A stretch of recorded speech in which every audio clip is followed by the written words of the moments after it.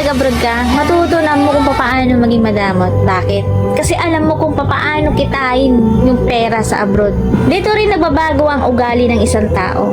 Bakit? Dahil sa mga taong nakasalamuhan nila na hindi nila kaugali. Dahil sa mga taong nakasalamuhan nila na iba't iba ang pag-uugali. Karamihan sa mga tao sa Pilipinas at hindi naging OFW kailanman, hinuhusgahan nila yung mga tao na naging OFW na kesyo mayaman na kesyo nasa ibang bansa na kesyo nakahawag na ng pera, na kesyo gumaan ng buhay, lumaki ng bahay, mayabang na.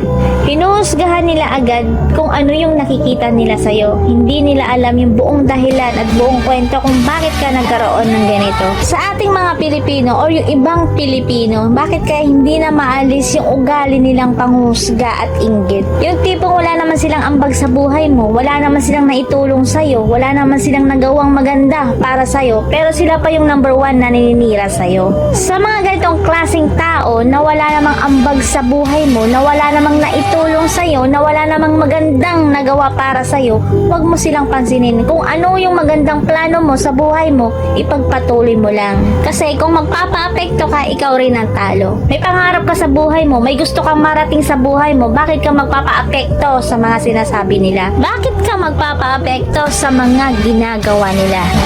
Hindi naman masama yung masyado kang matulungin, o kaya yung masyado kang mapagbigay sa pamilya mo. Ang masama doon, yung tulong ka ng tulong, wala na palang natitira para sa'yo. Unahin muna ang sarili bago ang iba. Kung yung mga linyahan nila na sinasabi nila ang pera mo ay hindi mo madadala sa hukay, sinasabi yan ng mga taong walang pangarap. Sinasabi yan ng mga taong hindi pinaghahandaan ng kinabukasan. Real talk po tayo. Sa mundong ibabaw, kailangan ng pera. Pinanganak ka pa lang, kailangan ng pera. Mag-aaral ka, kailangan ng pera. Ikakasal ka, kailangan ng pera. At sigit sa lahat, ang pinakagastos ay pag namatay ka. Kaya hanggat may trabaho or kumikita ka pa, pag-ipon para sa sarili, paghandaan ng kinabukasan. Hindi ko tinuturo kung paano kayo maging madamot sa kapwa nyo. Kasi yun po ang realidad. Hindi habang buhay malakas tayo at nagtatrabaho tayo. Dahil pagdating ng araw, kakailanganin mo ang perang pinagpagpunan.